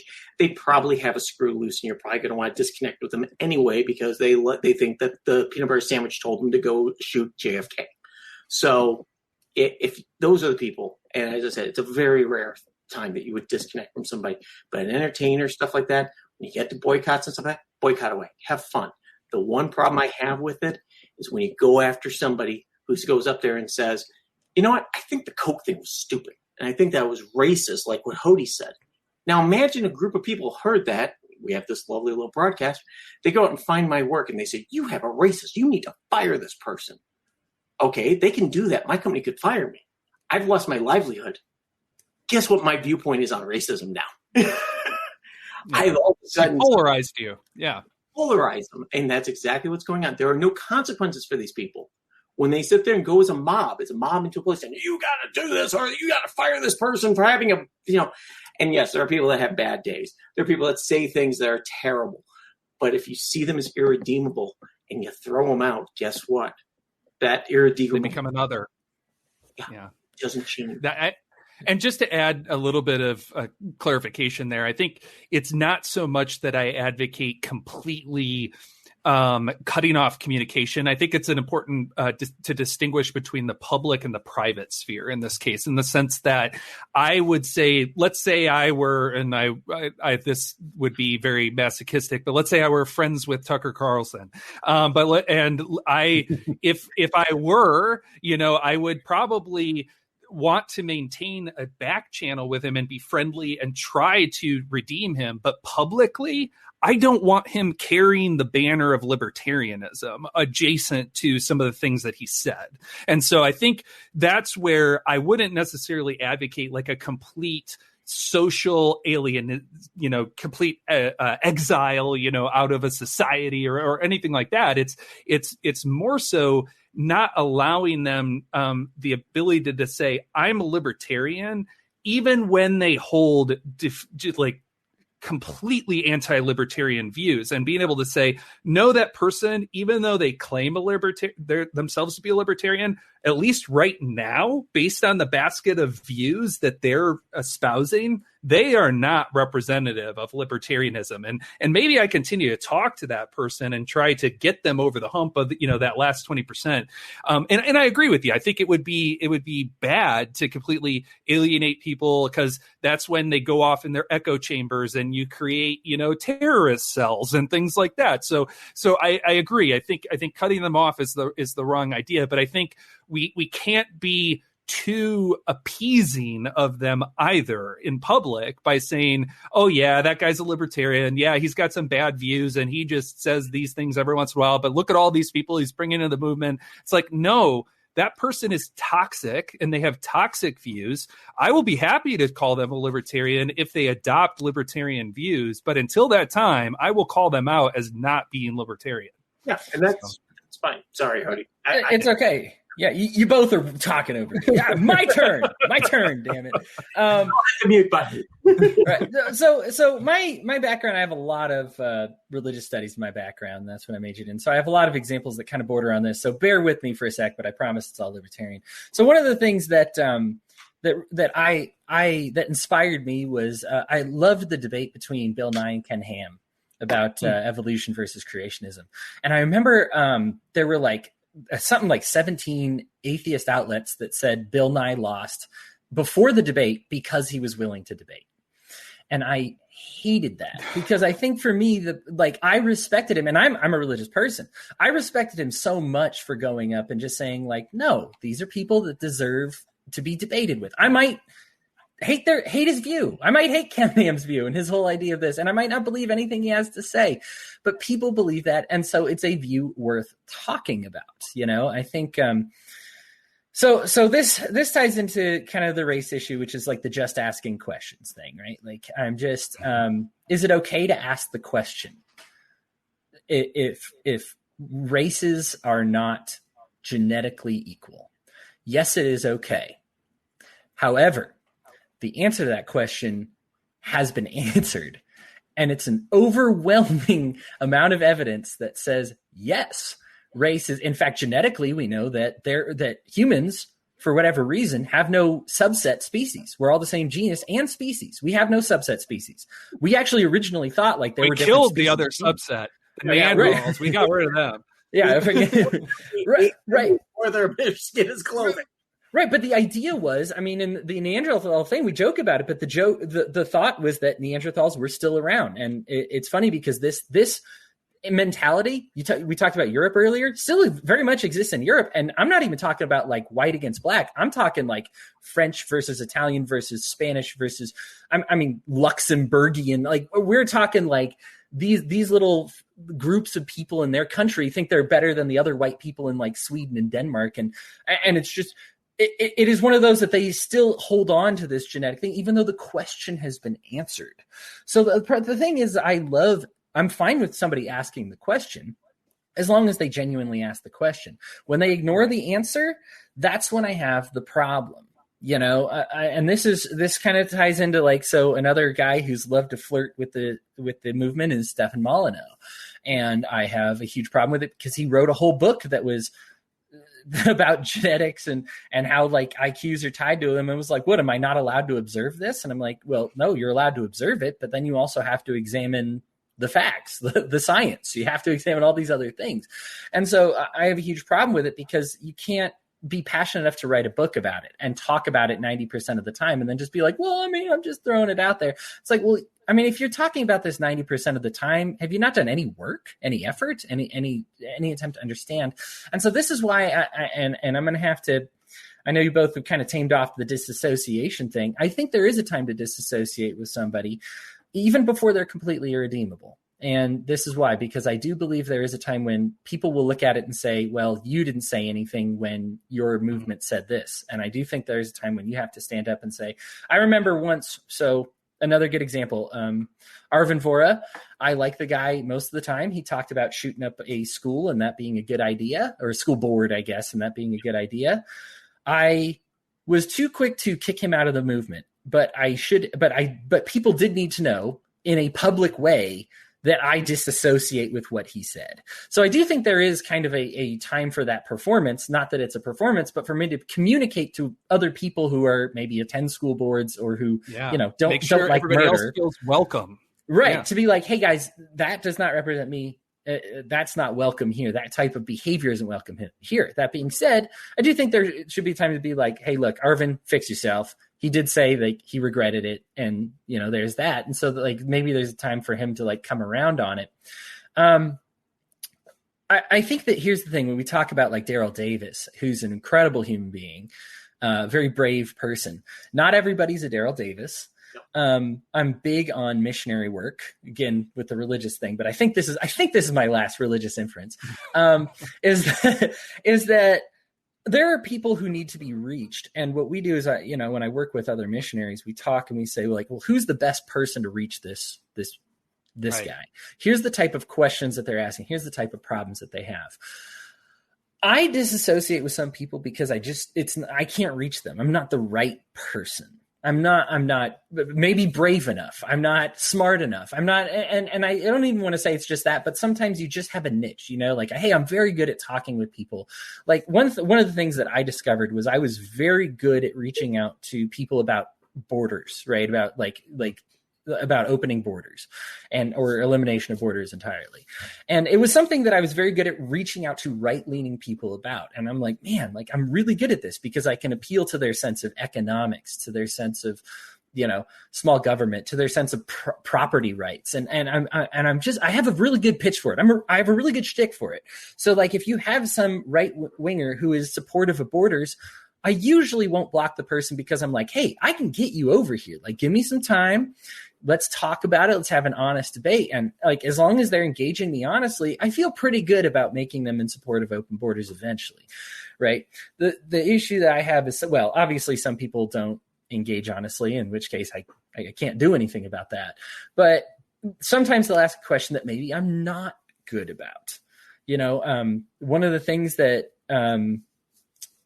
Dave Smith gets up a lot of backlash for is like he has on people with the race science, and he doesn't invite these neurologists who have studied the difference between the links between synapses and the way brains are formed and the way bodies are structured and all this work. And it's like, well, he doesn't invite those people on his show who have done all that work. He invites the guy who's just asking questions that's always the wrong question. Right.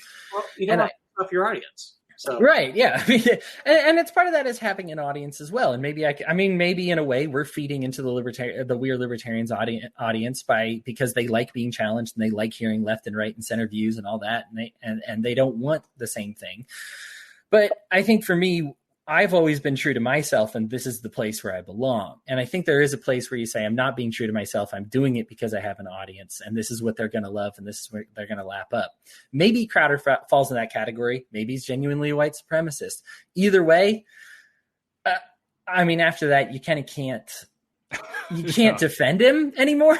He's done. Yeah. I mean, he's just, it's one of those where you just say like, okay, here's the thing. If you think Crowder can be redeemed, like Brian said, then you need to reach out to Crowder, but you can't share his videos and platform him. And you can't like be like encouraging him. I think a lot of libertarians would be like, look, he's not technically racist. Okay. It's fine. It's fine. If you just think he was having a goof and it was just a locker room laugh and it's just all funny. Okay. That's you, but how does that look to somebody else, right? How does that look to your friend? I mean, it's funny to mention meth because I think of that as like a white people problem, but like he wasn't even like right about it. It's just, they were screwing up their drug references. I mean, it wasn't even a good shtick, you know? Right, yeah. It's like, guys, I can tell you rehearsed this. You had the slides ready to go. Did you not have somebody edit your script? Anyway, like, it's just one of those where I was like, you know what? I think it's one of those that you do at least publicly need to be like, this was wrong, especially for all your friends who might be looking at you. You mentioned the transphobic post to just be like, hey, I know you took it down, but like, hey, I still want to talk about it with you. To like, it's cool to reach out to people personally. If you want to reach out to Crowder personally and you think you're the right person that can make him go, oh, you know what? You changed my mind, right? I challenge people to change my mind. You're the one that did it. You know, there's some people you feel like you can go on the show and actually change their minds, you know? Man, I remember there's this interview that has kind of been suppressed, but Ben Shapiro got shredded by a transgender girl. And it was just some like YouTuber, somebody who thought he could really take advantage of because of his, you know, intellectual prowess or everything. Mm-hmm. And he kept accidentally calling her, like he should be doing, by the way, but he kept trying to correct himself and like trying to remember her dead name. Like it was one of those like stupid moments. And here's the thing. He doesn't want to change his mind. Right. That's the problem with the change my mind thing. Crowder doesn't want his mind changed right now. I don't feel that he's in a reachable place. Now, Brian, if you feel you can reach him, by all means, throw him. Right. He's an entertainer. He's pandering to his audience. The minute that your political or social movement becomes your income, you're beholden to it.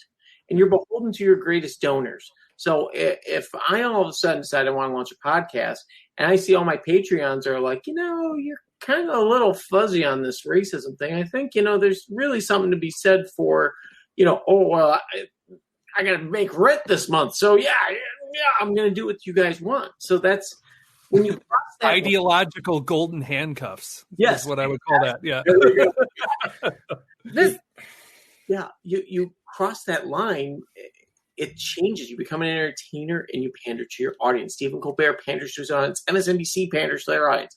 They all sit there in rooms with suits who go, look, we did this and we saw a 3% drop in viewership, which adds up to 2% loss in revenue. You're either going to change your mind or you're going to be unemployed. Guess what's going to happen? Yeah. Mm-hmm. Yeah. Yeah, you know, Brian, I guess your point is well taken on this. I do need to think about it a little bit because I have been part of groups that were like, hey, let's get this people kicked out of his apartment because he went on this. I remember the guy in New York who was like, these people don't speaking their things. I don't know. I remember I actually was a part of it. Like people that made the calls was like, hey, I saw this. And I do think there is something to say about voluntary relationships. And if you're voluntarily housing somebody that is chewing people out for speaking Spanish or Mexican, is that like in front of you? You know, I mean, he was a lawyer, for goodness sake. That was crazy. But it was just like, I remember, perfect example, the guy in the park with a girl who like strangled her dog, keep it away from her. And I remember that guy like was so smart because he came back and he was like, look, everybody's got her fired, kicked out of her apartments, whatever. That wasn't, or got her dog taken away from her. That was not my goal. Yeah. My goal was to be like, hey, look at how you behave and change how you behave. This girl's not going to change her behavior because of these things. If anything, it might be getting worse. I do think it's something that I'll still have to suck on a little bit. I think I'm not sure if there's one hard and fast rule other than using your own judgment. Right. But it is worth thinking about. Well, Brian, we've gone off. All right. Us libtards are done. Go ahead, Brian. Give us a piece of your mind. my piece of mind, actually, I already used part of it with Daryl Davis and the cancel culture ideas and stuff like that. I am 100% for, you go, you know what? I don't want to watch Tucker Carlson. I don't want to watch, any of these idiots. I don't want to watch MSNBC. I'm going to boycott them. That's a beautiful thing. You got a choice. Go ahead and watch whatever you want or you don't want to watch. Don't share the memes. Don't do stuff like that. Where I see it crossing the line is when you are going and saying, I'm going to attack this person and I'm going to get them fired, get them kicked out of their house, do all this other stuff. And I have no consequences for my bad behavior. Like if you're going to go boycott a business and you're really serious about it, go out. You want to get other people, go stand out in front, go march up and down, take that risk, put yourself not on the line, but at least go out there and say, I believe in this. Jumping into a horde of 5,000 people, overwhelming some poor rental, agent who's sitting there going, wow, we got all these people calling saying they're never going to buy from us because this guy still lives here. Can we terminate his lease? Sure. It's just like sicking the IRS on somebody because they pissed off somebody in the government, like Joe the plumber or anybody else you can think of. Or foster parents know it all too well when DCS gets a keister, burr up their keister. Somebody doesn't like somebody. I've personally seen them go ahead and try to take people's kids away because they didn't like the way the person talked to them. And you think about that and you hear that and you go, that's horrendous. And that person should be, in any sort. But you're doing the same damn thing. Okay, somebody says something horribly racist like that. Look, the girl thought with the dog and stuff. Guess what? The guy was right. Look, just this is a teachable moment. And she may not be ready for the lesson. But it doesn't mean that you beat her with a stick and destroy her life for the next couple of years and make her a meme just because, hey, this is horrible. You're not winning people. The normies look at that and they get really, I won't say afraid, but I say they really get repulsed by it. Because I think most normies think people are redeemable. And when you sit down and talk to them and you find out, hey, this guy's a Trump supporter. Hey, this guy voted for Biden and stuff like that. But we've been friends for years. So does my friendship end because they voted for Trump or Biden? No, because I'd have to unfriend a lot of friggin' people. So the thing is this. Views are malleable. As we get older, our views change. It's just reality. Until you hit about 60, then it's get off my lawn, you friggin' hippie county. But so we got about 3 more years on you, Brian. All right. Oh no, I'm kidding. I'm only 49. Come on, give me at least another decade. Going full Clint Eastwood on my roster. So, but the thing is this: it gets back to redeemability. It gets back to personal values and personal investment in something. If you really hate the guy down the street because he's a terrible person, he's a terrible human being, and he beats his kids and he beats his dog, that's an entirely different story. If he goes down and says something horribly racist and stuff like that, and something bad happens to him, loses his job or something like that, the last thing you want to do is go up there, give him double middle finger. Yeah, you deserved it. Because what's going to happen? There are not every racist, horrible comment is indicative of somebody. We see it all the time where somebody gets caught on camera saying something stupid and they instantly regret it. Hell, meth people. I regret saying meth people today. No sweat. I regret saying meth people, so I'm going to go on record. Okay, not everybody that lives in this town that's next to me does meth. More than 1%. That's all I'll say. Yeah. But the thing is that you got to look at it as redemption. At some point, people are going to come around. I look at my views on gay marriage before 2010 and after. People come around. People understand people want to be fair. We don't want the government to be the arbiter of fair. We don't want the media to be arbiter of fair. We want to be the arbiter of what we see as fair in our lives and our people. And when somebody comes in from the outside, they're not going to have the same viewpoints that you do, most likely, and they're going to look at it through their own personal lens, no matter how many freaking law books they sit on or anything like that. We've seen it with the USDA. We've seen it with local, child foster agencies and things like that. We've seen that with the government. Okay, we're all human in the end. We're all going to screw up. We're all going to say something horrible like meth people on a podcast. And we need that time to be able to come back and say, hey, look, you know what? I realize I shouldn't have said it like that, but this is what I was trying to say. And that doesn't mean try to get my mortgage canceled because I said meth people. So that's really my point here.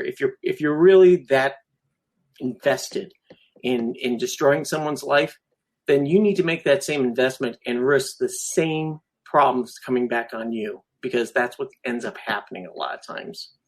Randall.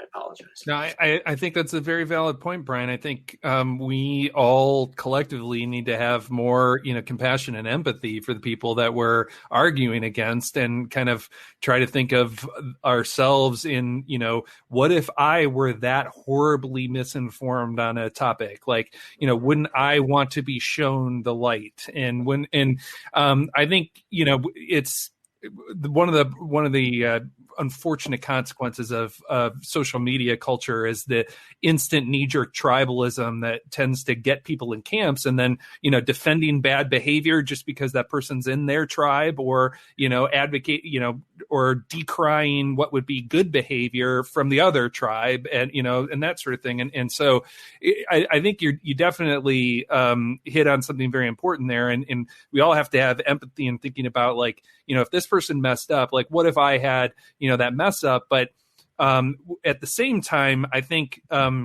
we need to think about, what is a proportionate response, and reaching out to them in such a way where they might know that maybe they're at risk of some of that happening if they don't, shape up, but not giving them that opportunity to express a contrite heart, to put it in religious terms. That's the real problem, is that, if you don't give that opportunity for redemption, and you don't have, because if you can redeem that person, you now have an apostate, and you now have somebody that is like way more passionate than you can ever hope to be, oftentimes yourself, if you can get that person over. You're right. I think a lot of times we just need to take a little bit more of a wait and see approach sometimes, and not, go to the scorched earth nuclear option of teaching somebody a lesson, when maybe there's some sort of interim, steps we can perhaps take. There's a justice and mercy are oftentimes juxtaposed, and it's funny because this is something that, again, with the religion thing, but yeah, like these are not, God is both believes in justice and believes in mercy. And it's something that as humans, we have a tough time grappling with, because we tend to think of justice as revenge, as getting back on somebody. And we tend to think of mercy as just do whatever you want. You know what I mean? And I'll let it go. And it's really neither of those things. We see Christ be both believe in justice and mercy when, he's like, hey, don't stone this girl, but also, hey, girl, stop cheating on your husband. Like this is one of those things that we need to kind of incorporate, and say, like, okay, let's both be, it's sad because I like the term social justice warrior, because I would love a socially just society if what you said was just, and people went around talking to each other and being just, and saying, like, I'm not going to say this because it's not fair. I'm not going to treat people like this because it's not fair. I like fairness. Fairness is good, but like the reason it's funny, because social justice warrior, the term was actually coined by the left. It meant a good thing. The reason it means a bad thing is because what does it often become? What are some of the most prominent examples? Being a total jerk to somebody who has committed a minor infraction or no infraction at all. They want to take, you don't want to take your stand. I mean, we have how many people in prison for victimless crimes, and you're upset because somebody wore a prom dress.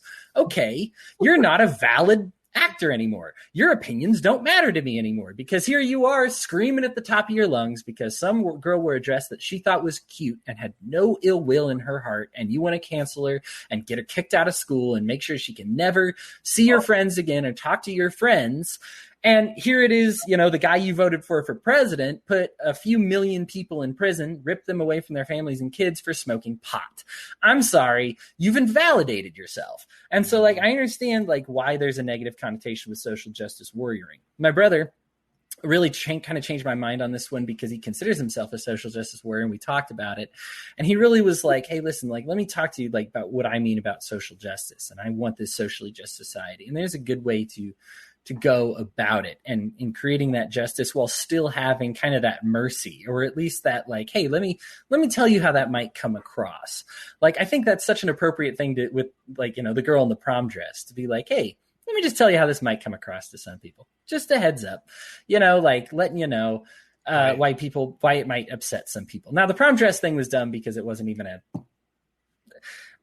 the way cultural appropriation originally is, the reason it's supposed to matter when we talk about cultural appropriation is if you've appropriated a culture that there is some kind of significance and importance to it, right? Like when Maori tattoos is when I write about video games and somebody kind of threw these in a video game without realizing there's actually a kind of a spiritual and genetic significance to this. Like it's a heritage, right? It goes to show certain things, and they just kind of threw it in the game, just being like, oh, whatever, I don't care. It's like, you should have put a little more thought into this, or at least if you want to, I'm not saying you can't use it, but embrace it. Like, give us the background. Like, I'm cool to have it in video games. Yeah. Right. Talk about it or talk about the person's ignorance for getting it if you want it. Like, it's an elephant in the room that needs to be addressed. Most people don't get it because we are not of the Maori culture heritage. You know what I mean? So you get away with it, but that doesn't mean it's right. Which is why it's important for people who know to stand up and say like, oh, hey, time out real quick. You know what I mean? Like, that's something that actually matters. And so like, that's why we don't include those things. Whereas if it's like, it's cultural because I like it and my culture tends to do it, it's not cultural appropriation for somebody else to do it. That's what it's what you got to figure is cultural appropriation. We do have kind of this like, they call it canceling. I mean, we've Jordan, you wanted to talk about boycotts for a little bit. I love the concept of the boycott. People don't think they work. They work remarkably well. Oh yeah. And let me tell you why, especially in a free market, because the competition is so fierce in a free market. I worked in restaurant management. So here we go. I'll get off of religion and talk about fast food real quick. So these fast food places all kind of pull in somewhere in the realm of like 1% profits, right? They're kind of hovering around there. They like to cut it close. They put a few items that they lose money on that brings people in and hope they buy this big thing of Coke that they get money on. And that's kind of the game that they play. And it's always tight, but because of that tight competition, they got these 1% profits. What happens if you do something that offends 2% of their base customers and they won't shop there anymore? You go under. Yeah. You're in the red. You lose the competition, right? Now, let me give kind of a sad example, but like they did this study that showed like 17% of people won't fly if the pilot is female. And that's why it became hard to hire female pilots for a long time. It's getting better. This study was done. Unfortunately, it wasn't done a long time ago. It's something like 10 years ago, but it's something. And so airlines are like, well, we can't hire this. Well, okay, but let's weaponize that for the other side, for good now. Let's do this for the right reasons instead of the wrong reasons. Let's say like, we want this type of inclusion. I want a place where I feel welcome. I want all these things that bring me in. And as soon as you start creating these divisions, I mean, these cake shops, they need to be subject to market law when they refuse to bake a cake for a gay person. I'm not saying that they need government force to do it, but if you look at them, I mean, look at any of the people that refuse to bake cakes and look at what happens to their business 2 years. They're gone, right? Right. People don't want to do it. They don't want to do it. Like they get this like immediate surge of like the bigots being like, I'm going to get a bigot cake because that tastes better than regular cake for some reason. You know what I mean? And then within 1 or 2 years, they die off because they lost, they lost a percentage that is not inconsequential. And you either have to jack up your prices. People don't want jacked up prices, so they're gone. It's just these are the market consequences that need to occur. And these are kind of like what I think that's the natural way of talking about it. So like Brian talks about not being heavy-handed, but that kind of justice is going to come about one way or another. And it's appropriate to warn somebody like, hey, listen, people are going to want to do business with you, house you, employ you, whatever it may be.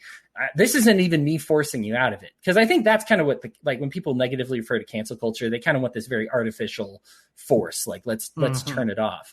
Right. Whereas right now I kind of like with the Crowder thing, I don't need to erupt every time I see somebody use it, but I personally am going to stop using it. The stock of that's going to go down. The demand for it's going to go down because of this, because people are going to be like, oh, I use that meme. I feel kind of gross now because I'm going to turn off some people by using it. So less is going to happen. Crowder might see a big little surge in his little area because it appeals to a specific audience and maybe his audience or whatever it is. But he's doing more damage and cutting himself off from becoming mainstream. As libertarians, we want our ideas to become mainstream. And so to do that, we can't cut people off. We have to include them in. We have to give them that pipeline, put them in here and just be like, hey, listen, we talk about the alt-left and alt-right to tanky and fascist pipeline or whatever it may be. I understand that's a problem and we should address it, but let's not deny the fact that we are pulling a record amount of people from these ideologies and funneling them back in. And we do it by having these practical, intelligent, tactical conversations and being the right person, like I said about the missionary thing, being the right person to have that conversation. Yeah. Changing hearts and minds one at a time is really what it boils down to. Yeah. One thing I've made an observation over the years, and I found that people are far more accepting of others when they travel. And I don't mean going down to Disney World. I don't mean going down and having fun. I'm talking about getting on a plane for 8 hours, go to a foreign country, and it can be something, like England or something like that.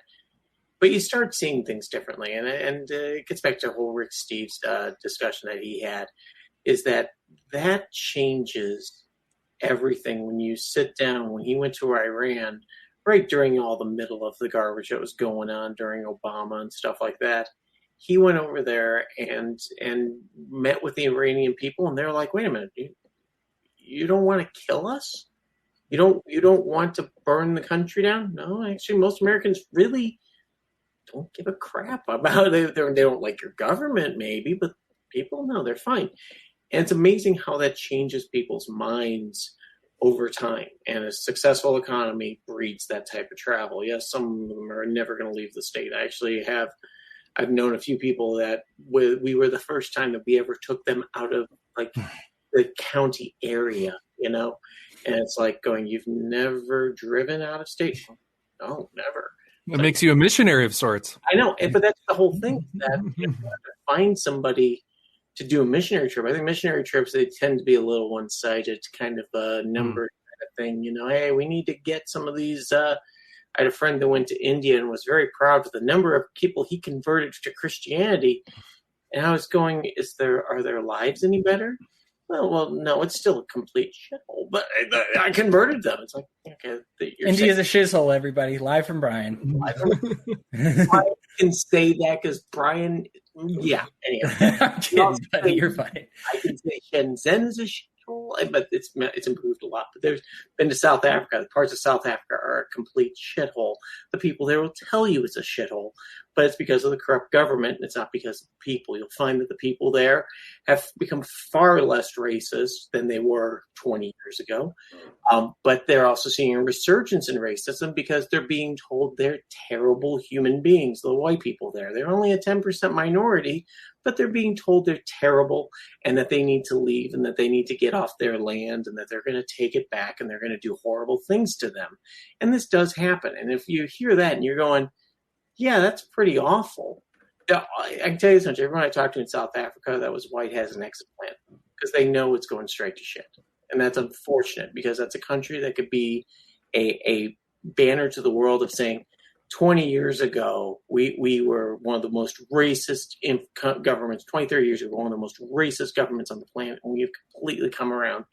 And people just want revenge. People just want to play politics. People just want the anger in order to keep themselves in political and media power. So, again, I'm going all around here, and I apologize.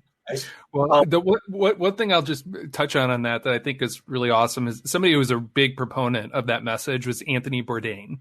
Yes. And the idea of, going across borders, and not only that, but when you're there, having an intimate meal with the people there and seeing them as people. And some of what you touched on reminded me of some of the stuff my dad does. My dad is in agriculture and sells agricultural supplies and works with groups internationally, and he works with folks in Iran and he works with people in China, and it's amazing that the kind of back channel that business relationships create to short circuit government propaganda, where you have, these free relationships and free goods flowing between individuals across borders who then see the real story and then can tell the real story. And I think, I can't emphasize and agree with that enough, that I think people really need to make a concerted effort to leave the country and interact with people, because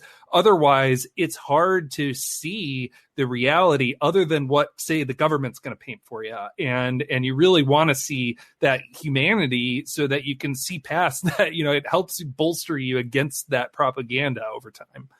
Hodey, can I just tell one quick story? And I promise I'll keep it quick. That's very appropriate. You're fine. My brother-in-law works part of an international firm based Japan joint venture type of thing. They send engineers over to the U.S. for a year or two. They come over here, they live with their families, they go back and get promoted because they're awesome. They worked in the U.S. So one thing he does every year, and I think they even did it last year, was they bring all the Japanese engineers over to his house. They make up a huge dinner, and he puts out all these guns. Yes. My brother-in-law is a huge hunter and trapper, and these are people from Japan that have never really seen a gun up close, let alone fire one, because it's completely illegal over there. You can't have that. Only the police can have that. So they come over here and their eyes just light up. It's Christmas time, and the 8-year-old girls out there with a shotgun trying to, they're doing it safe, and they're doing stuff. He's got the land to do it and stuff like that. But they have a blast. When they first come over here, if they haven't been warned or told, hey, these people are actually pretty decent to deal with, the Japanese mindset of Americans is we're fat, we're stupid, and we buy lots of stupid stuff. And, Only 3 of those things are true, by the way. For example, you can just see. But they come over here and they get a completely different mindset of people. And my brother-in-law's good hardcore Trump supporter and stuff like that and things. And, but the thing is this, he is so open. And when he goes over there, what do? They take him out and they go out and have fun Japanese style. And he's like, I can't keep up with these people because they'll have them out drinking till 2 a.m. and you got to be at the plant at 7. So it's amazing how that changes people's minds, and not just going to the Thai restaurant down the street and getting mad because they didn't have American cheese for your tofu. But, just having that travel and doing that opens so many minds, so much dialogue. And that's something I wish that we could, push more of here in this country, because we really need it and the world needs it. So American cheese on tofu sounds terrible. Terrible. My least favorite kind of cheese mixed with my least favorite kind of protein. American cheese on tofu. It wouldn't be a podcast with me if I didn't talk about cheese at some point. I'm do a cheese podcast. I'm good with that. All right, sweet. I think everybody has been veyed at some point. So the way this kind of makes you relate to discriminatory behavior. I think everybody can relate to this, because everybody has heard somebody say, oh, what they want is blank. And whatever the blank is not true. And you are in the category of whatever they is, right? So, oh, this is what all capitalists want, is for gays to get kicked out of the community, right? Oh, this is what all socialists want, is for, the minimum wage to be $25 an hour or whatever. And it's true about some. Whenever you make these generalities, you tend to hit a few, but the problem with the generality is you miss a lot of the time. And so look, there's some people, I am probably the stereotypical white guy. Okay. I get it. Right. Most of the time, if you make a generality about a white person, I will probably fit it. However, when you refer to all white people being, stubborn, for example, I'm not stubborn. I'm a little too not stubborn sometimes. And so when the Coke thing comes up, I'm going to be like, well, hey, of those 7 bad things you listed about white people, I don't relate to one of those. I don't find that very fair. Okay, now look, sometimes you're going to do they somebody, and 6 out of the 7 things you say aren't going to be true. Or 7 out of 7. Or 1 out of 7. Either way, it makes them feel ostracized. Everybody has had this happen to them. The reason I bring up this story is so that people can relate. Right. When we talk about, you talk about Anthony Bourdain, and I like this idea of us seeking diversity, right? Yeah. We don't need affirmative action. I'm not telling you to go out and mandate it or whatever like that, but diversity is helpful. Yeah. Diversity enriches your own life by trying different experiences, at least enough to even be able to say, I tried that food and I wasn't really a big fan of it. But there's some things you're going to pick up from every culture, something that you kind of enjoy. One of the things that I really enjoyed, funny we talked about Japan, is you don't necessarily have to speak immediately after someone finishes speaking. You can take the time, think about what you're going to say, and then respond. And dead air is okay. Dead air is okay. We're on a podcast, so it's not, but right. That's why we're not big in Japan. But, you know, like, it's one of those that I enjoyed it because for me, I like to take the time. I'm a much better writer than I am a speaker. I am a professional writer. That is what I do for a living. So I much prefer to write to speak because I can say it exactly. I can go back and I can edit what I say 100 times. So I don't say things like meth people. Brian, you are not alone. I was talking with, Ashley Shade, Mike Shipley, and I didn't say transgendered, and I forget what I said. Like, I didn't say transvestite because I was too smart for that. But I said something wrong. I referred to it incorrectly. Transsexual, maybe? Transsexual, that was the one. Yeah, I said transsexual or whatever, and was corrected, and they were all very pleasant about it. But it was one where I was just like, oh, there's a learning experience for me. Okay. Like, you know, and I know we're in the closing minutes here. I do want to talk about the I have a black friend thing. That is actually more effective than people realize. And because you can laugh as much as you want about Daryl Davis, but the truth is that these people ended up abandoning their KKK society roots, friendships, ties, support system because they had a black friend. They made a black friend, and suddenly their worldview changed. Mm-hmm. When people, we have this phrase that we say, I'm that libertarian. You might have heard that before going around. You know, we have this phrase like, I'm that libertarian. We want that to be a good thing, to be like, man, that's when you're that libertarian in somebody's life, that somebody's like, man, that's the guy who shoveled my driveway, didn't say anything. That's the guy who has donated his time down at the shelter. That's the guy who, I know us here in Ogden, we had a big thing where the local government took all the homeless tents, supplies, burned them all, destroyed them all. And we the libertarians who stood in, we're like, nope, we're going to give you more tents. We're taking donations. We're giving you more food. You've closed down these places. We're doing it. We're going to break the law in order to do it. And that's who I am when I'm libertarian. So now here's the thing. This is two examples. When people hear libertarian, a lot of the time they think brutalists. They think people that hate the homeless, they only care about people that are self-sufficient, right? Libertarians get they'd by this all the time. They don't care about the poor. Yep. In their minds, a homeless person here in Ogden that hears that will laugh out loud because it's not true and they know it isn't true. And so like we prove to themselves, it's like we want to be that friend. So that when somebody, even if they're not libertarian, they hear somebody talk smack about the libertarians and they're like, time out a second. I know a whole city that took care of their homeless people and it was the libertarians that did it against the local city, right? Like I know of a whole area where the libertarians were the ones. So you can say that, and maybe it's true with like your experience because we can't deny people's experiences, but it's important for us to be like that person, you know, to try and be, even if we can't go out and seek it, and even if we don't have the bravery of Daryl Davis, but to at least try to be that person in some kind of, in different spheres as much as we can, to be that person, because we not only pick up on these great cultural things, but we disperse the great cultural things about ourselves too. Like Brian, you mentioned with the guns, and I think that's great. You practice it. It becomes like this thing that you're afraid of when it's just sitting there on a desk.